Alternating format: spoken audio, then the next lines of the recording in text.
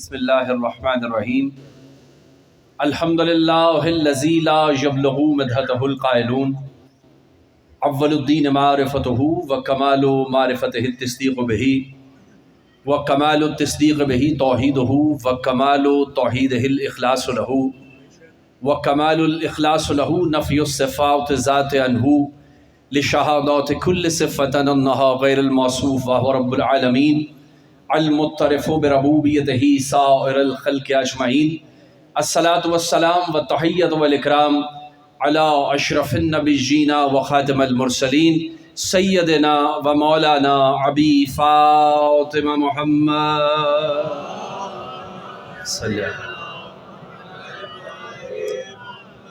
واہل بیتہ الطیبین الطاہرین المعصومین المظلومین المنتجبین اما بعد فقد قال اللہ سبحانہ وتعالی فی محکم کتابہ المبین وقولہ الحق بسم اللہ الرحمن الرحیم اذ ابتلى ابراہیم ربہ بکلمات فاتمہن قال انی جاعلک للناس اماما قال ومن ذریتی قال لا ینال عہد الظالمین صلوات بر محمد و آل بیت۔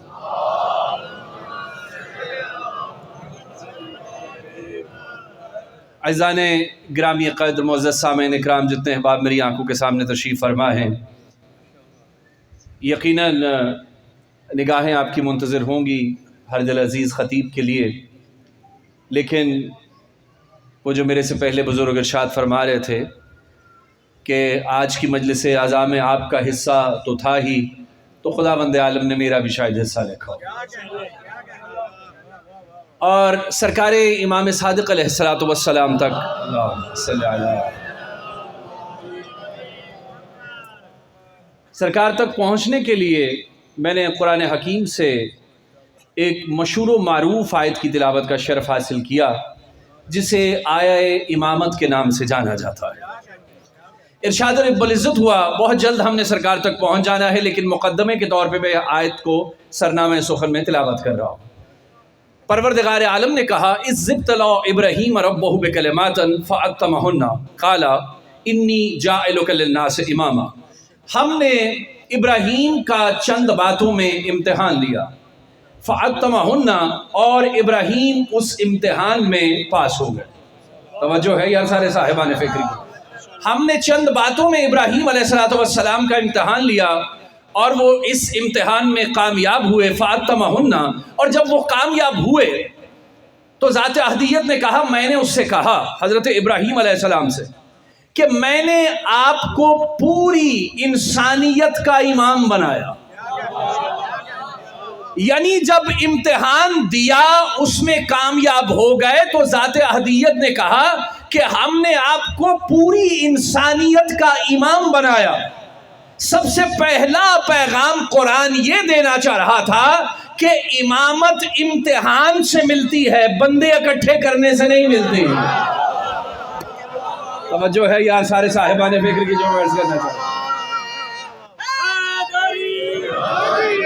جب ہم نے چند باتوں میں اس کا امتحان لے لیا، قال انی جاعلک للناس اماما، ہم نے آپ کو پوری انسانیت کا امام بنایا۔ توجہ، اب مجھے بتائیے ابراہیم علیہ السلام اس سے پہلے کیا تھے؟ نبی تھے نا، رسول بھی تھے۔ اب یہ نبی اور رسول میں فرق کیا ہے؟ نبی وہ جو وحی کو لے لے، رسول وہ جو پہنچا دے۔ توجہ ہے یار سارے صاحبان فکر کی، یعنی دونوں قسم کے عہدے اس وقت حضرت ابراہیم علیہ السلام کے پاس ہے، اور اس کے بعد دیا جا رہا ہے ایک عہدہ۔ توجہ فرمائیں گے اس بات پہ جو میں عرض کرنا چاہ رہا ہوں؟ اس کے بعد ایک عہدہ دیا جا رہا ہے۔ اس سے پہلے نبی بھی ہیں، رسول بھی ہیں۔ اب وہ جو سوشل میڈیا پہ بات ہوتی ہے، سو کالڈ انجینئرز بھی کرتے ہیں کہ بھئی یہ امامت الگ سے کوئی عہدہ ہی نہیں ہے۔ بھئی نبی بھی ہے، پہلے امام بھی ہیں، بھئی نبی بھی ہیں، رسول بھی ہیں، امامت کوئی تو عہدہ ہے جو اللہ ہٹ کر ابراہیم کو دے رہا ہے۔ اللہ اکبر، اللہ اکبر۔ پہلے دونوں عہدوں کے ہوتے ہوئے، اور میں کیسے عرض کروں اپنے سارے سننے والوں کے سامنے کہ دیکھیے اس پہ بہت سارے مباحث ہیں دوستوں کے، کہ امامت کیا نبوت سے بڑھ کر کوئی عہدہ ہے؟ بھائی دیکھیے نبوت سے بڑھ کر اس لیے ہے کہ اپنے دور میں ہر نبی امام بھی ہوتا ہے. توجہ میں نے کوئی جملہ عرض کرنا چاہتا اور جسے ہٹ کے امامت ملی ہو. بڑی سامنے کی بات عرض کرنے لگا ہوں. اگر کسی نے بیچلرز کر لیا ہو پھر اس کا ایک امتحان لیا جائے اور پلٹ کے اس کو ایف اے کی ڈگری دی جائے. توجہ تو ہے یار سارے صاحبان فکر کی جو میں عرض کرنا چاہ رہا ہوں. بھائی دیکھیے کسی نے گریجویشن کر لی ہو, اس کے بعد اس کا امتحان لیا جائے, امتحان پاس کرنے کے بعد اسے ایف ایس سی کی ڈگری ہاتھ میں تھما دی جائے تو وہ کہے گا آپ کی عقل کام کر رہی ہے, میں تو آلریڈی گریجویشن کر چکا ہوں, آپ امتحان کے بعد مجھے ایک پچھلی ڈگری دے رہے ہیں. نبی بھی تھے, رسول بھی تھے, امتحان بھی دیا. یا اللہ کچھ عرض کرنا چاہ رہا ہے یار آصف جوہری آپ سے. نبی بھی تھے, رسول بھی تھے, پھر امتحان دیا. اب کوئی تو خاصیت ہے اس امامت میں, سمجھ جانا بات کو جو جملہ عرض کرنے سے لگا ہوں. یہ نبوت اور امامت میں فرق کیا ہے؟ نبوت دین لاتی ہے, امامت دین بچاتی ہے.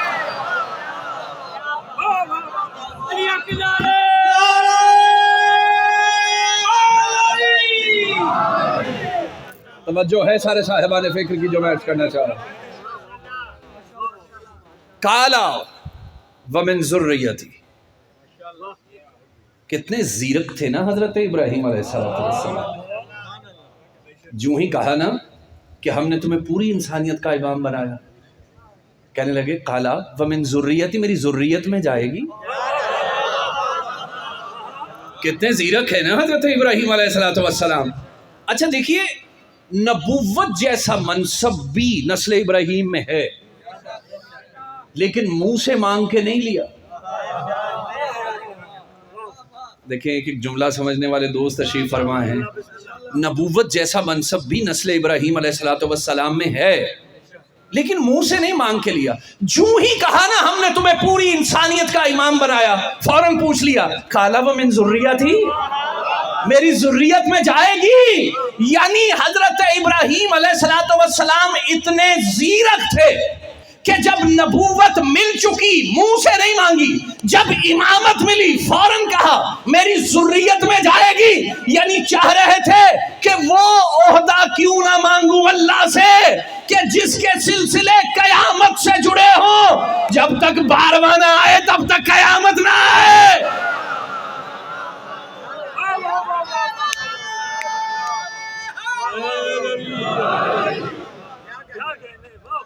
کیوں نہ ایسا عہدہ مانگوں اپنی نسل کے لیے جس کے سلسلے قیامت سے مربوط ہو, اس سے جڑے ہوں. کالا جائے گی, کالا لا ینال عہدہ الظالمین, لیکن یاد رکھنا ظالموں کو نہیں ملے گی. تیری نسل میں بھی جائے تو ظالموں کو نہیں ملے گی. جتنے زیرک ہیں نا حضرت ابراہیم علیہ السلام, اتنا ہی سینسٹیو عہدہ ہے. توجہ ہاتھ آپ ایسے سن رہے تو میں کہہ رہا ہوں ایک مقدمہ پیش کر رہا ہوں حضرت جعفر صادق علیہ السلام تک جانے کے لیے. اور جب بات کھولوں گا تو آپ سب سے دعا لے لوں گا. اچھا دیکھیے اتنا سینسٹیو عہدہ ہے, اللہ نے کہا لا ینال عہدہ الظالمین, یہ عہدہ میں ظالموں کو نہیں دوں گا. توجہ, اب ظلم بہت ساری قسم کا ہوتا ہے, کسی پر بھی ظلم ہوتا ہے, اپنی ذات پہ نفس پہ بھی ظلم ہو جاتا ہے, لیکن ظلم ہوتا ہے. توجہ میرے دوستو, میں کچھ عرض کرنا چاہتا ہوں. ذات احدیت نے حضرت آدم علیہ السلام سے کہا لا تقربا هذه الشجرة فتكونا من الظالمین, اس درخت کے قریب مت جائیے گا وگرنہ ظالموں میں سے ہو جائیں گے آپ. فَأَزَلَّهُمُ الشَّيْطَانُ, شیطان نے برگلا دیا, وہ کچھ بھی ہوا ہو چلے گئے. ترک اولا ہو, لغزش کہیے, خطا کہیے, گناہ نہیں کہہ سکتے چونکہ انبیاء سے گناہ سرزد نہیں ہوتے. تو بھئی اس کا مطلب ہے کہ ترک اولا ہو یا لغزش ہو یا خطا ہو, چلے تو گئے نا اس شجر کے پاس. توجہ, اب اللہ نے کہا تھا اس کے قریب مت جائیے گا وگرنہ ظالموں میں سے ہو جائیں گے، چلے گئے، ظلم ہو گیا، اور اللہ نے کہا تھا لا ینال عہدہ الظالمین، یہ عہدہ ظالموں کو نہیں ملے گا۔ ہاتھ جوڑ کے کہہ رہا ہوں، اب حضرت آدم امامت کے لیے کوالیفائی نہیں کر سکتے۔ اللہ یا اللہ یا اللہ یا اللہ، بھائی چونکہ شرط ٹھیک ہے، ظلم توجہ ظالموں کو نہیں ملے گی۔ حضرت آدم علیہ السلام کوالیفائی نہیں کر سکتے۔ حضرت یونس علیہ السلام نے اپنی امت سے تنگ آ کے فرات میں چھلانگ لگا دی، مچھلی کے پیٹ کے اندر چلے گئے، جب مچھلی نے نگل لیا اندر چلے گئے، توبہ کیسے قبول ہوئی؟ لا الہ الا انت سبحانک انی کنت من الظالمین، پروردگار تو پاک ہے، مجھ سے ظلم ہو گیا، آدم سے ظلم ہو گیا، یونس سے ظلم ہو گیا۔ یا اللہ یا اللہ، یہ جملہ محسوس کریں گے ہم۔ آدم علیہ السلام سے ظلم ہو گیا، یونس علیہ السلام سے ظلم ہو گیا، اور اللہ نے کہا لا ینال عہدہ الظالمین، یہ عہدہ ظالموں کو نہیں مل سکے گا۔ اتنا سینسٹیو ہوتا ہے کہ جو معصوم نبیوں کو نہیں ملا، ہر غیر کو کیسے ملے گا؟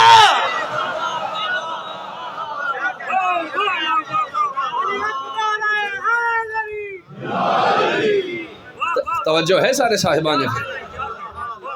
کائنات میں ہر وہ بندہ جو جعفری کہلواتا ہے مرہون منت امام جعفر صادق۔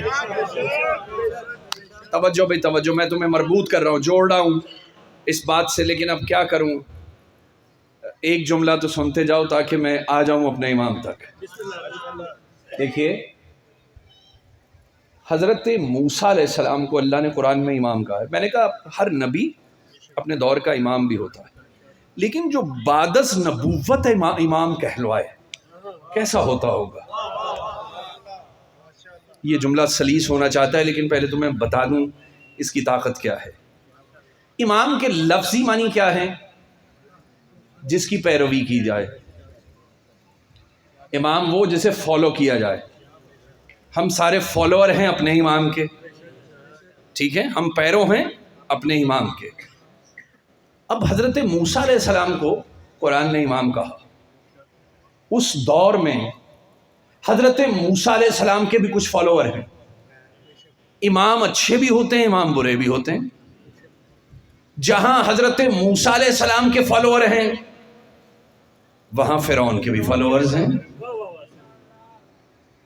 قریب ہو گیا میں تم تک میرے دوستو۔ بھائی جہاں حضرت موسیٰ علیہ السلام کے فالوورز ہیں وہاں فرعون کے فالوورز بھی ہیں، یعنی ایک ہے اچھا امام حضرت موسیٰ علیہ السلام، ایک ہے برا امام فرعون۔ اچھے امام نے کیا کیا؟ رات کو اپنی امت کو کہا کہ یہ جگہ چھوڑنے کے قابل ہے، حکم آ گیا چلنا چاہیے۔ ایک سپاہی نے جا کے فرعون کو بھی خبر دے دی، یعنی حضرت موسیٰ علیہ السلام اور ان کے فالوورز ان کے پیچھے پیچھے جا رہے ہیں، فرعون اور اس کے فالوور اس کے پیچھے پیچھے جا رہے ہیں۔ یہ پیچھے پیچھے کے معنی خود فالو کرنا ہے، توجہ ہے یار سارے صاحبان فکر کی۔ اچھا بھائی، اب سارے اچھے امام کے فالوورز جا رہے ہیں، برے امام کے بھی فالوورز جا رہے ہیں۔ اب آگے چل کے کیا منظر ہے؟ آگے پانی ہے، پیچھے فرعون ہے۔ قرآن نے ایک شخص کا جملہ بڑا محفوظ کیا ہے اس میدان میں۔ ایک کہنے لگا موسیٰ تیرے پیچھے آگے ہم بھی مارے گئے۔ توجہ ہے یار سارے صاحبان، بھائی تمہارے پیچھے آ کے ہم بھی مارے گئے۔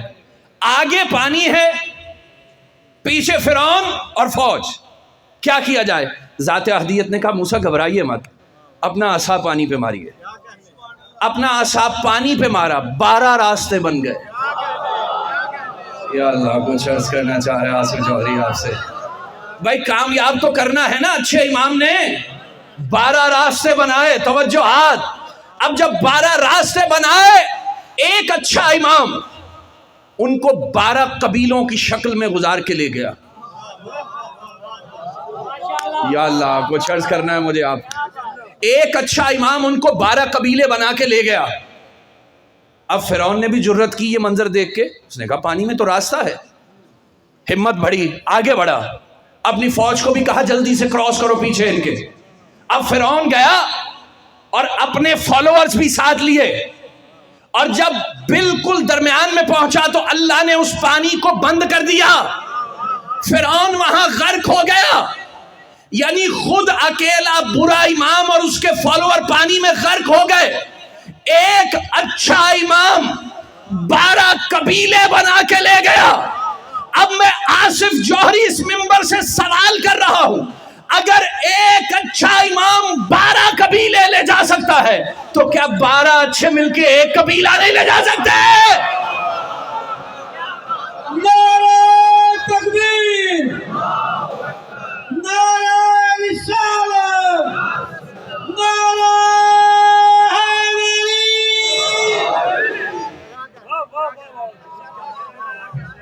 توجہ ہے سارے سے. میں تمہیں عقیدے کی عیاشی نہیں کروا رہا. توجہ ہے سارے صاحبان فکر. میں تو تمہیں قریب کر رہا ہوں واقعات کے. ہاں یاد رکھنا میرے دوستو, میرا پیغام یہ ہمیشہ رہا جہاں جہاں میں نے بات کی, آل محمد کو ماننے والوں کبھی کسی انسان پہ ظلم نہ کرنا. میں نے بہت جگہ پہ یہ پیغام دیا ہے, اپنے واجبات پورے کرنا, انسان پہ ظلم نہ کرنا, کسی کا حق غصب نہ کرنا.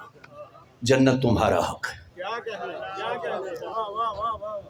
اللہ ظالمین کو معاف نہیں کرتا, اللہ غاصبین کو معاف نہیں کرتا, اللہ قاذبین کو معاف نہیں کرتا. اب ایک چھوٹا سا پیغام ہے اور میں پھر بلا فصل ہو جاؤں گا امام سے. دیکھیے, اگر کوئی یہ پیغام ابھی تھوڑے دن پہلے ایک جگہ سرکار امام جعفر صادق علیہ الصلوۃ والسلام کی مجلس میں نے عرض کیا, اگر آل محمد کو مان کر بھی طبیعت میں ظلم ہے تو اپنا احتساب کیجیے. آل محمد کو مان کر اگر طبیعت میں ظلم ہے اپنا احتساب کیجیے, آپ نے مانا بھی ہے یا نہیں. اگر آپ ڈاکٹر ہیں, آپ کو پتا ہے کہ اگر میڈیسن لکھوں, وہ میڈیسن جو مریض کو سوٹ تو نہیں کرے گی, لیکن فارمیسی سے اس کا کمیشن مجھے ضرور مل جائے گا. دعویٰ ہے محبت محمد و آل محمد کا, اور وہ میڈیسن لکھ دی, اپنا احتساب کیجیے. یار توجہ تو ہے سارے صاحبان فکر کی جو میں عرض کرنا چاہ رہا ہوں. اپنا احتساب کیجیے. یعنی آل محمد کو مان کر بھی اگر آپ کی طبیعت میں انسانیت پہ ظلم ہے, اپنا احتساب کیجیے. یہ جملہ پتہ کیوں کہہ رہا ہوں؟ تم ان کے ماننے والے ہو کہ اگر سید الساجدین کے پاس جناب علی اکبر کا قاتل آ جائے, توجہ ہے یار سارے صاحبان فکر کی, تم تو معاف کرنے والوں کو مانتے ہو, انسانیت پہ ظلم تمہاری طبیعت میں کیسے آ گیا؟ اپنا احتساب کیجئے. آل محمد کو مان کر اگر طبیعت گداز نہیں, اپنا احتساب کیجئے. یہ پیغام لیتے جائیے سائیڈ بائی سائیڈ. خدا کی قسم اچھے امام کا یہ کام ہے کہ وہ لے جاتا ہے, لیکن کچھ شرائط بھی ہیں. اسی لیے تو امام رضا علیہ الصلوۃ والسلام نے کہا تھا صلی اللہ کہ لا الہ الا اللہ کی بھی کچھ شرطیں ہیں, اور ان شرطوں میں سے ایک شرط میں ہوں. بڑا مشہور نشا پور میں آپ نے حدیثیں جو بیان کی ہیں, اس میں یہ ارشاد فرمایا تھا. خیر, اب جو بھی جعفری کہلواتا ہے مرہون منت امام جعفر صادق ہے. لیکن اب ایک یہاں سوال پیدا ہوتا ہے, بھئی پیغام ہے محمد مصطفیٰ کا, ہم محمدی بھی کہلوا سکتے تھے. توجہ بھئی توجہ, خصوصی میسج دینا چاہتا ہوں حضور. دیکھیے, ہم محمدی بھی کہلوا سکتے تھے, لیکن ہمیں خصوصاً جو عرب ہے وہ ہمیں جانتا ہے جعفری کے نام سے. پیرو سرکار فقہ جعفری کی وجہ سے وہ ہمیں جعفری کہتے ہیں. بھائی دیکھیے یہ فقہ ترتیب دی ہے میرے امام نے, اور یہ فقہ ترتیب دینے کی ضرورت کیا ہے؟ دیکھیے رسول خدا کے آنکھیں بند کرنے کے بعد سرکار امام جعفر صادق تک دین کو اتنا نقصان پہنچ چکا تھا. دکھ اسے ہوتا ہے جس کی چیز ہو. یا اللہ کوئی جملہ عرض کرنا چاہتا ہے آصف جوہری؟ بھائی دکھ تو اسے ہوگا جس کی چیز ہو. اگر دین میں نئی نئی باتیں ایڈ نہ ہوتی جعفر اسے اکٹھا نہ کرتے. توجہ ہے یار سارے صاحبان فکر, کوئی الگ سے دین نہیں ہے سرکار امام جعفر صادق کا. دین محمدی پہ دیکھتا ہوا ظلم دیکھ کر امام جعفر صادق نے اسے ترتیب دیا. اور خدا کی قسم یہ وقت میسر کیوں آیا میرے امام کو؟ بنو امیہ کا دور جا رہا تھا, بنی عباس کا شروع ہو رہا تھا. اس حکومتی تقسیم کے درمیان جو وقت ملا میرے امام کو, اور اس حکومتی تقسیم کے درمیان جو وقت ملا, عجیب بات ہے اس میں امام نے مسجد نہیں بنوائی. اس میں میرے امام نے امام بارگاہ تعمیر نہیں کروائے. اس میں میرے امام نے علم کو بانٹنا شروع کیا. یا اللہ علم کو بانٹنا شروع کیا. وجہ کیا ہے؟ علم اور آل محمد کوئی دو الگ الگ چیزیں نہیں ہیں. اگر علم کو بقا ہوگی, اللہ علم اور آل محمد کوئی الگ الگ چیزیں نہیں ہے. اس لیے کیا پہنچانا چاہیے؟ جعفر صادق نے علم کا تعین کیا. اور خدا کی قسم مدینے میں کتنے دروس دے دیے میرے امام نے, کتنے شاگرد؟ 4000. اب جملہ اس قابل ہے کہ آپ سمجھیں کتنے شاگرد ہیں میرے امام کے؟ 4000 شاگرد ہیں. 4000 لیکچر دے رہے ہیں امام جعفر صادق. 4000 لیکچر دے رہے ہیں میرے امام صادق. اور یہ ناظرہ پڑھنے والے لوگ نہیں تھے امام کے پاس. امام کے پاس ناظرہ پڑھنے نہیں آتے تھے. ہر بندہ اپنے اپنے سبجیکٹ میں ایم فل یا پی ایچ ڈی لیول کا تھا.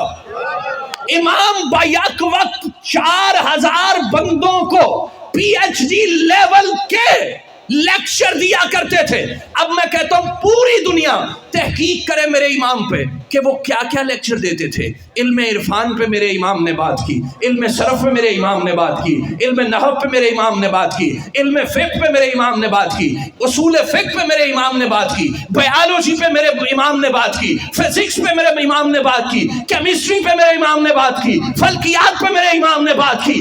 ایک ایک بندے کو اس کی احتیاج کے مطابق علم بانٹا. آج دنیا سوچے تو صحیح کہ یہ علم اس کا اپنا تھا کہ علم لدنی تھا.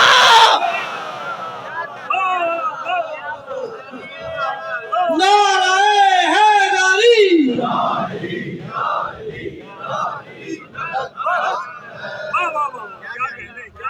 ایک ایک سبجیکٹ پہ میرے امام نے لیکچرز دیے. ایک ایک سبجیکٹ کو کامل کیا میرے امام. اللہ اکبر. اب میں کیسے عرض کروں؟ یہ جملہ آپ نہیں سمجھیں گے تو کون سمجھے گا؟ حضور اس جملے کو محسوس کیجئے. دیکھیے اگر میں کسی جگہ لیکچر دوں آئی ٹی کے, اسلامیات کے, جا کے میں نے یقیناً کہیں سے پڑھا ہوگا نا پہلے. ایسا ہی ہے نا بھائی؟ جب میں نے بہت زیادہ پڑھ لیا تو میں اس قابل ہو گیا کہ میں بھی جا کے لیکچر دے دوں. ایسا ہی ہے نا بھائی؟ میں نے بھی کہیں سے ماسٹرز کیا ہوگا بھائی, کہیں ایم فل کیا ہوگا, کہیں پی ایچ ڈی کی ہوگی, کہیں اسکالرشپ ہوگی میرے پاس, تو جا کے میں لیکچر ڈیلیور کروں گا. ایسا ہی ہوگا نا. یعنی لیکچرز دینے سے پہلے خود بھی کسی کے آگے جا کے آپ کو اپنا توجہ شاگردی کرنی پڑتی ہے, پڑھنا پڑتا ہے. چیلنج کر رہا ہوں پوری دنیا کو. میرے امام نے 4000 پی ایچ ڈی لیول کے اسٹوڈنٹ پیدا کیے. تم بھی وہ یونیورسٹی دکھاؤ جہاں جعفر صادق پڑھتے تھے.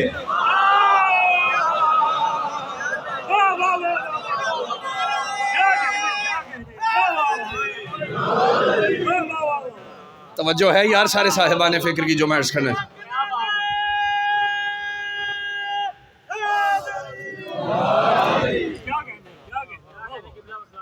اس کو کہتے ہیں علم لدنی، اس کو کہتے ہیں تخلیق کے وقت کسی کی طینت میں علم رکھنا. جن کا مقصد ہی دنیا میں آنا علم بانٹنے کے لیے ہو، وہ کیا کسی کے سامنے زانو تلمس طے کریں گے؟ توجہ ہے سارے صاحبان فکر کی جو میں عرض کرنا چاہ رہا ہوں. یہی سبب ہے کہ میرے امام نے، بڑا مماثلت ہے میرے امام کو اپنی جدہ سے. خیر اس طرف ابھی جانا نہیں چاہتا میں.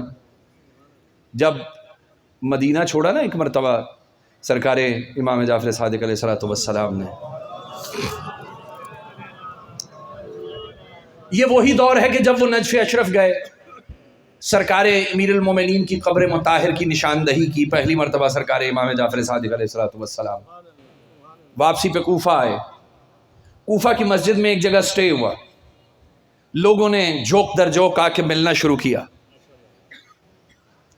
ایک شخص ملنے کے لیے آیا، میں کیا کروں، میں نام نہیں لے سکتا ممبر سے، توجہ ہے. بس اتنا بتاؤں گا کہ 2 سال وہ بھی پڑے ہیں امام کے پاس. یار توجہ ہے سارے صاحبان فکر. اور وہ خود ہی کہتے ہیں کہ میری زندگی میں اگر یہ 2 سال نہ ہوتے تو میں ہلاک ہو جاتا. اچھا وہ بھی ملنے آئے. کسی نے آ کے پیغام دیا کہ اے امام وقت، آپ کو فلاں شخص ملنا چاہتے ہیں. آپ نے کہا انہیں منع کر دو، ابھی وہ اندر نہ آئے. اچھا کچھ وفود اندر داخل ہو رہے تھے تو وہ ان کے ساتھ اندر تشریف لے آئے. جب اندر تشریف لے آئے نا تو آ کے امام نے ان سے کہا بھی نہیں کہ کوئی سوال ہے تو کیجیے. خود ہی اٹھ کے کھڑے ہوئے اور کہنے لگے کہ دیکھیے یہاں کوفے میں کچھ لوگ بہت بڑی بڑی ہستیوں کو غلط القاب دے رہے ہیں، آپ انہیں منع کیجیے. امام نے کہا میں انہیں منع نہیں کر سکتا. کہا کیوں؟ کہا وہ میری بات مانیں گے نہیں. اس جملے کی ڈیپتھ کو دیکھیے، خدا کی قسم ذرا محسوس کیجئے گا. کہنے لگے وہ میری بات کو مانیں گے نہیں. اس نے کہا ایسا کیسے ہو سکتا ہے کہ آپ کے شیعہ ہوں اور آپ کی ہی بات کو نہ مانیں، آپ کے چاہنے والے بھی ہوں، کوفہ کے رہنے والے بھی ہوں اور آپ کی بات کو نہ مانیں. امام نے کہا میں نے تم سے تھوڑی دیر پہلے کہا تھا اندر نہ آنا. نعرہ تکبیر، نعرہ رسالت، نعرہ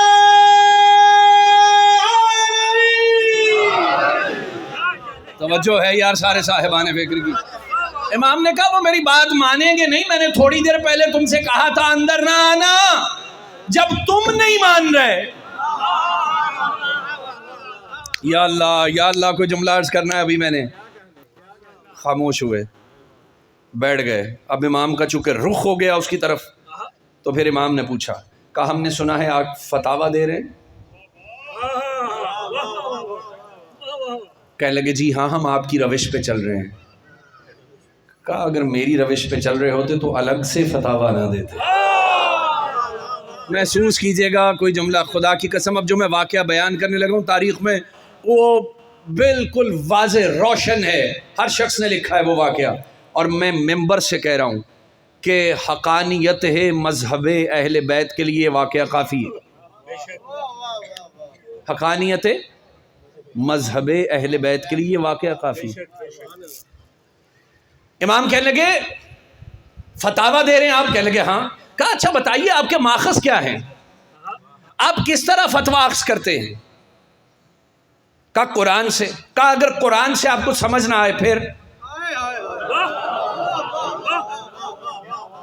اگر قرآن سے آپ کو سمجھ نہ آئے پھر آپ کیا کرتے ہیں؟ کہنے لگے حدیث پیغمبر سے. کہنے لگے حدیث پیغمبر میں مراد اگر تمہیں سمجھ نہ آئے پھر کہنے لگے میں اپنے قیاس سے. توجہ بھائی توجہ. کہنے لگے پھر میں اپنے قیاس سے بھی فتویٰ دیتا ہوں. اب امام کا سوال دیکھیے گا، خدا کی قسم توجہ چاہیے. امام نے کہا اچھا آپ قیاس بھی کرتے ہیں؟ نے کہا جی ہاں قیاس بھی کرتے ہیں. کہنے لگے اچھا بتائیے ذرا اپنے قیاس سے پوچھ کے بتائیے کہ زنا بڑا گناہ ہے، توجہ بھائی توجہ، کہ قتل بڑا گناہ ہے؟ اللہ اکبر۔ اچھا اب یہ نہیں کہا قرآن سے پوچھ کے بتائیے، حدیث سے پوچھ کے بتائیے، کہا ذرا اپنے قیاس سے پوچھ کے بتائیے کہ قتل بڑا گناہ ہے کہ زنا بڑا گناہ ہے؟ فوراً کہا یقیناً اس میں کیا دو رائے ہو سکتی ہے، قتل بڑا گناہ ہے۔ کہنے لگے اگر قتل بڑا گناہ ہے تو اس میں 2 گواہ چاہیے اور زنا میں 4 کیوں چاہیے؟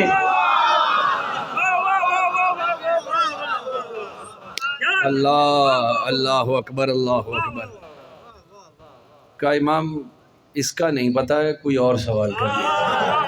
اللہ اکبر، کوئی اور سوال کیجیے۔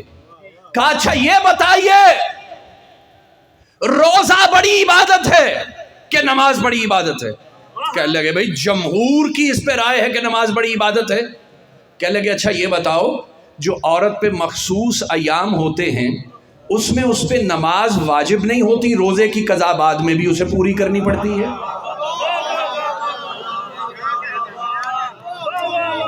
یا اللہ یا اللہ یا اللہ، کچھ عرض کر رہا ہے آصف جوہری آپ سے۔ کا امام نہیں پتا ہے، کچھ اور پوچھ لیجئے۔ کا چلیے رہنے دیجیے، توجہ ہے یار سارے صاحبان فکر کی۔ میں نے کہا حقانیت ہے مذہب اہل بیت کے لیے یہ مناظرہ کافی ہے کہ آپ کو بات کس کی ماننی ہے۔ اللہ اکبر۔ امام اچھے بھی ہوتے ہیں۔ اب درود پڑھیے سارے احباب مل کے۔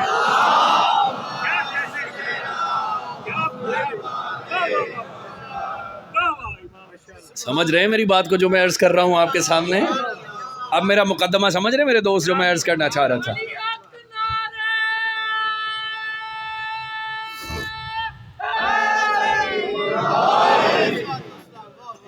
اللہ اکبر۔ جہاں بھی ملوکیت تھک گئی وہاں امام کی ضرورت پڑ گئی۔ اللہ اکبر۔ میرے کسی ایک امام نے حل کیا ہے ان مشکلوں کو؟ میں پھر کہہ رہا ہوں اب روایت میری آنکھوں کے سامنے ہے، لیکن جملہ پھر دہرا رہا ہوں کہ میں تمہیں عقیدے کی عیاشی نہیں کروانا چاہتا، اعمال میں قائم رہیے، لیکن جب کبھی کسی نے چیلنج کیا ہے نا آل محمد کو، جواب بہت کڑا دیا ہے۔ کسی شخص نے پوچھا سرکار امام صادق علیہ الصلوۃ والسلام، درود پڑھیے سارے،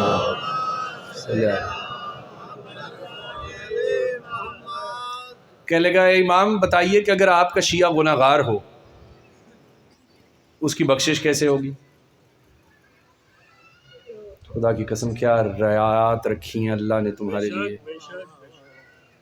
آپ نے فرمایا اگر وہ گناہ کر لے، گناہ گار ہو جائے، تو اللہ اسے ایسا ہمسایہ دے گا جو اسے بڑی اذیت دے گا، اس کی اذیت کو برداشت کرنے کی وجہ سے اللہ اس کو بخش دے گا۔ اچھا اس نے کہا اب سوال آپ کو بتائیں گے کہ وہ چاہنے والا نہیں ہے میرے مولا کا۔ کہنے لگا کہ اگر، توجہ بھائی، اگر گنہگار ہو، ہمسایہ اچھا ہو، پھر کیسے بخشا جائے گا؟ آپ نے فرمایا اللہ اسے اہلیہ ایسی دے گا جس سے وہ بہت تنگ ہوگا، بد زبان ہوگی، اسے برداشت۔ میرے کچھ دوست ہنس رہے ہیں، یہ حدیث اللہ جانے کس پہ پوری اترتی ہے۔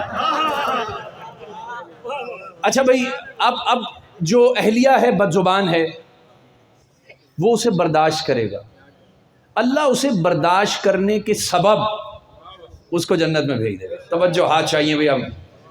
اچھا کہنے لگے اگر گنہگار ہو، اہلیہ بھی بہت اچھی ہو، ہمسایہ بھی بہت اچھا ہو، تو پھر کیسے آپ اسے لے کے جائیں گے؟ آپ نے فرمایا اللہ اسے ایسی بیماری میں مبتلا کرے گا، وہ جس کی اذیت کو برداشت کرے گا اللہ اس کے گناہ معاف کر دے گا اور وہ جنت میں چلا جائے گا۔ اس نے کہا اگر بیماری بھی لاحق نہ ہو، اہلیہ بھی اچھی ہو، ہمسایہ بھی اچھا ہو، تو پھر کیا ہوگا؟ آپ نے کہا اللہ، توجہ رکھنا، جب اس نے کہا نا پھر کیا ہوگا، کہا تو اب تیری ماں تیرے غم میں بیٹھے، اب تو وہ سننا چاہتا ہے جو تیرے دل میں ہے، سن اگر وہ کچھ بھی نہ ہو میں جعفر صادق اس کی شفاعت کروں گا.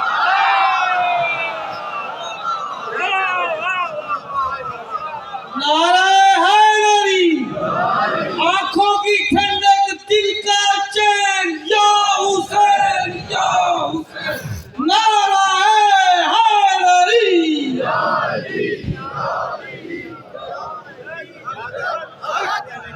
توجہ ہے یار سارے سال. تیسری دفعہ جملہ دہرا رہا ہوں کہ میں تمہیں عقیدے کی عیاشی نہیں کروا رہا، اپنے اعمال میں مضبوط رہو. لیکن جب کبھی کسی نے چیلنج کیا ہے نا آل محمد کو شفاعت، تو پھر کمال ہوا. جب ملوکیت تھکی امامت کام آئی. بس آخری باتوں کے قریب ہو رہا ہوں، ماتمداری ہوگی، لیکن اب تھکی ہوئی ملوکیت کا ایک واقعہ ذہن میں اگر کہے تو میں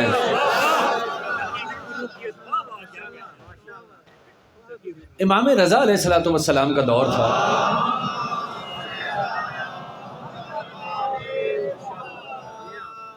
امام رضا علیہ السلام کے دور میں ایک بہت بڑا مناظر آ گیا.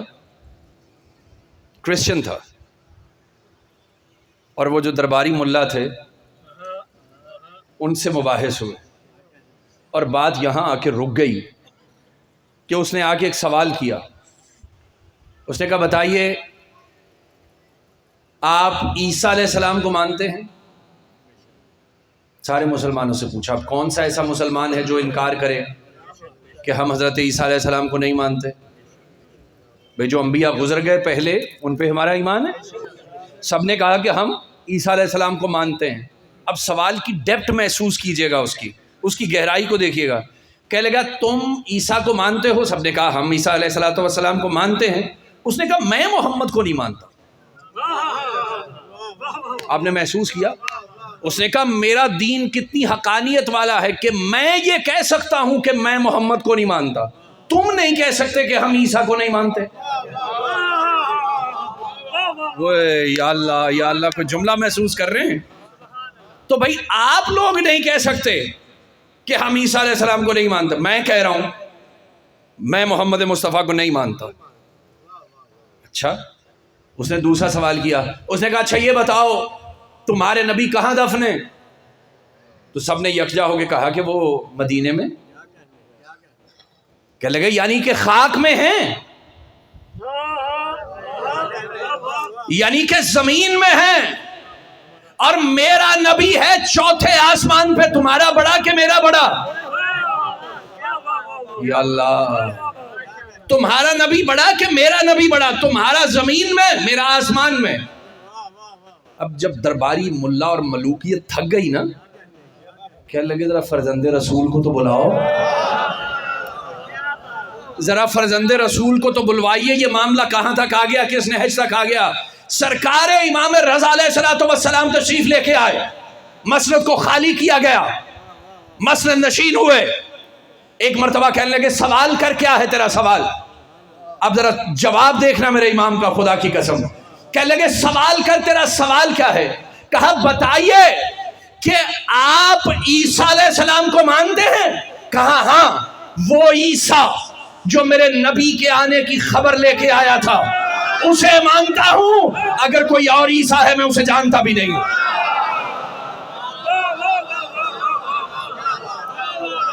اللہ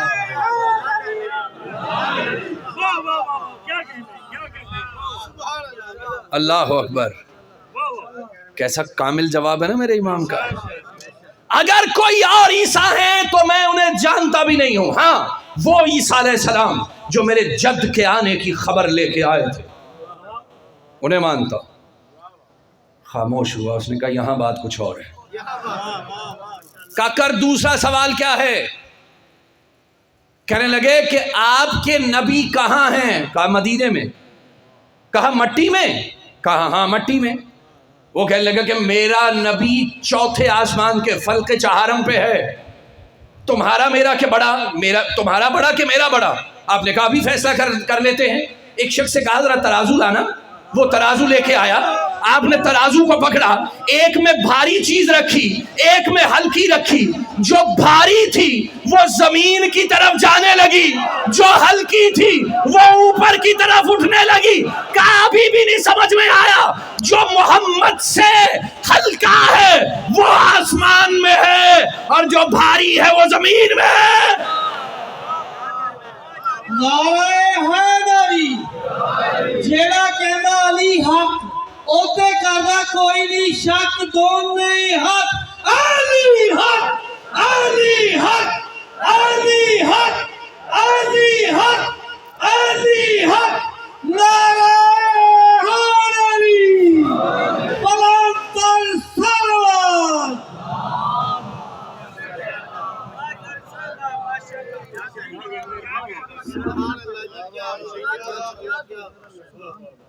جب جب ملوکیت تھکی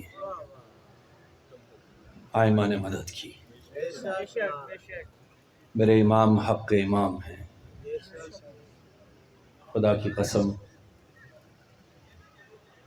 جن میں اللہ نے اتنے کمال رکھے ہوں انہیں کون مارتا ہے؟ اجرکم اللہ، تم نے ہائے کی اور ہم گریے میں داخل ہو گئے۔ یہ ہائے ہی حق گریہ ہے۔ جب تمہاری ہائے بلند ہوتی ہے نا تو سمجھو یہ گریہ ہے۔ اس ہائے میں خود رونا ہے۔ حضرت یعقوب علیہ السلام کہتے تھے ہائے میرا یوسف، یہ ہائے خود نوحہ ہے۔ اس لیے جب تم ہائے کرتے ہو نا تو یہ گریہ ہوتا ہے۔ خدا کی قسم جہاں میرے امام نے دنیا کو علم بانٹا ہے وہاں تہذیب اعضاء بھی بانٹی ہے۔ اتنے مصائب دیکھے ہیں ہر امام نے، لیکن خدا کی قسم امام جعفر صادق وہ ہیں جنہوں نے سید الساجدین کے بعد قدم قدم پہ کربلا کو یاد کیا۔ منصور دوانقی نے، لعین نے امام کے گھر کو آگ لگا دی۔ میں نے کہا بڑی مماثلت ہے، بڑی مماثلت ہے امام جعفر صادق کو اپنی دادی زہرا سے۔ گھر میں آگ لگ گئی امام جعفر صادق، جملہ سمجھے عزاداروں کتنی مماثلت ہے نا بی بی سے اس امام کی۔ جب گھر میں آگ لگ گئی نا تو جو خادمین تھے وہ آگ بجھانے میں مصروف ہو گئے۔ بھائی ایک صحن میں کنواں تھا امام جعفر صادق کے، وہ پانی کو بھرتے اور آگ پہ ڈالتے، لیکن امام کی کیفیت جانتے ہو کیا تھی؟ ایک مرتبہ اپنے صحن میں ایک دیوار کے ساتھ ٹیک لگا کر بیٹھ گئے اور جی بھر کے گریہ کرنے لگے۔ ایک خادم آیا، اس نے کہا مولا آپ آگ بجھانے میں ہماری مدد کیوں نہیں کر رہے؟ آپ تو بیٹھے رو رہے ہیں۔ کہنے لگے تمہیں پتہ نہیں، تم منظر نہیں دیکھ رہے کہ جعفر کو یاد کیا آ گیا؟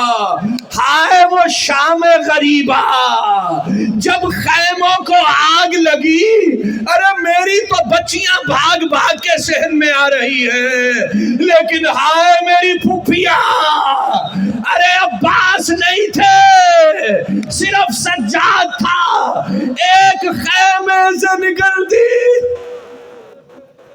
اجرکم اللہ، اجرکم اللہ۔ بس دیر تک مصائب نہیں ہے، میرا بھائی بھی آ گیا۔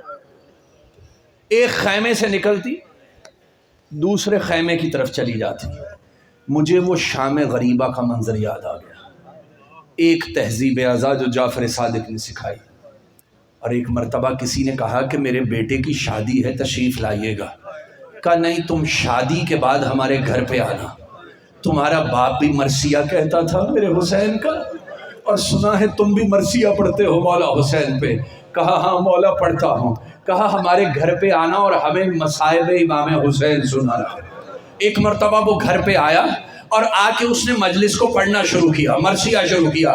آپ نے کہا رک جا، آپ نے پردے کا اہتمام کروایا، صحن کے اندر ایک پردہ لگوایا، پردے دار دوسری طرف بٹھائی، کہا اب پڑھنا شروع کر۔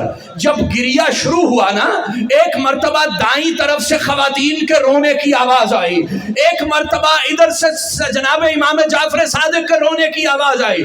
جب دونوں اطراف سے بیویوں نے بھی بیان کیے، جعفر الصادق نے بھی بیان کیے، اور وہ جو ذاکر تھا نا، وہ جناب امام جعفر صادق کی والدہ کے خاندان سے تھا، اس کے کانوں میں جب آواز پڑی نا جناب جعفر الصادق کی والدہ کی، کہنے لگا اے ام فروا بی بی، آپ تو بیان کر رہی ہیں، ابھی جعفر آ کے چپ کروا لے گا، لیکن ہائے زینب جب بھی بیان کرتی تھی کبھی نیزے سے چپ کروایا جاتا، کبھی نیزے سے چپ کروایا جاتا، اللہ اکبر، کبھی تازیانوں سے چپ کروایا جاتا۔ دوسری مرتبہ تہذیب اعضاء سکھائی جعفر صادق۔ خدا کی قسم میں کبھی کبھی اس زہر پہ سوچتا ہوں، پروردگارہ کیا زہر بنی آئمہ کے لیے؟ پروردگارہ اس زہر کا وجود کیوں بنایا؟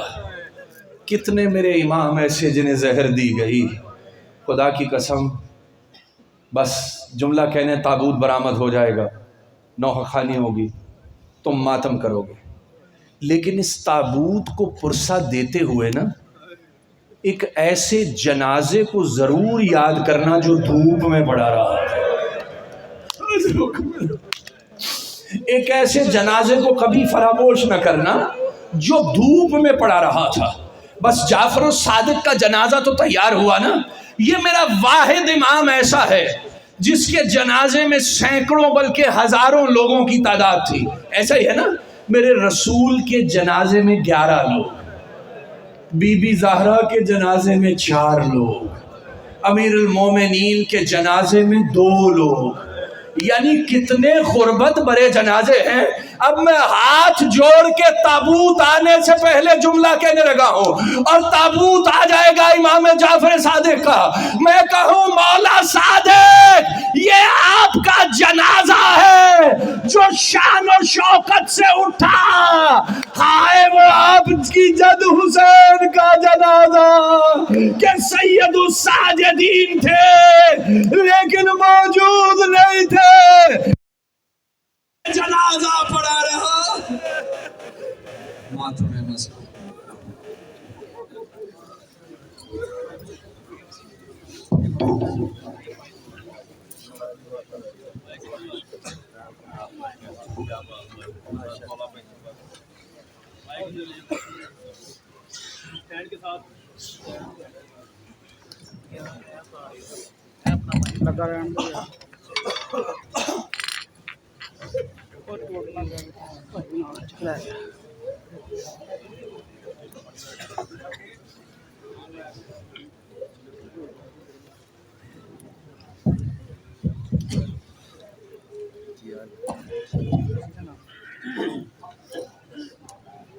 یا حسین یا حسین یا حسین یا حسین یا حسین یا حسین یا حسین یا حسین یا حسین، مائک کھولے بھائی، یا حسین یا حسین۔